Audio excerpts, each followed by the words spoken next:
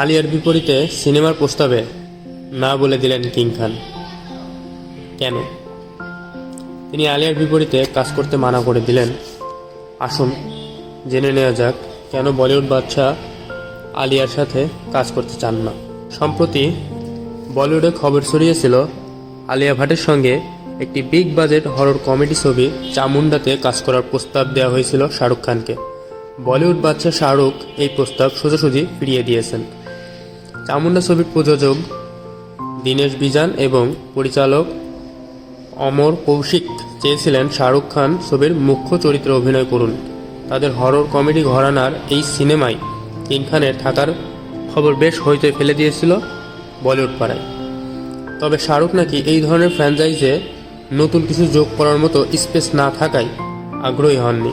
শাহরুখের বক্তব্য, তিনি নতুন এবং চ্যালেঞ্জিং কাজ করতে চান।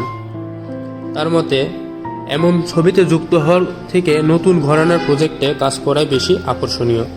এই কারণে ম্যাডককে ফিল্মসের চামুন্ডার প্রস্তাব তিনি ফিরিয়ে দিয়েছেন। আলিয়া ভাট এই ছবিতে কাজ করতে বেশি আগ্রহী। ম্যাডক ফিল্মসের সঙ্গে তার একাধিক প্রজেক্টের আলোচনা চলছে। তিনি এর আগে থ্রিলার এবং হরর কমেডি ঘরানার ছবিতে কাজ করে নিজের অভিনয় দক্ষতা প্রমাণ করেছেন। তাই আলিয়ার জন্য চামুন্ডা একটি নতুন অভিজ্ঞতা হতে পারে। শাহরুখের সিদ্ধান্তে চামুন্ডা নির্মাতারা এখন নতুন অভিনেতার খোঁজ করছেন। তবে বাদশা ভক্তদের আশা, ভবিষ্যতে এমন কোনো নতুন ধরনের ছবিতে আবার তিনি চমক দেবেন। শাহরুখের সাফল্যের ঝুলিতে যেমন 2023 সালের ব্লকবাস্টার ছবি রয়েছে, তেমনি তার বেছে নেওয়ার ধরনও দেখিয়ে দেয় কেন তিনি বলিউডের চিরকালীন কিং।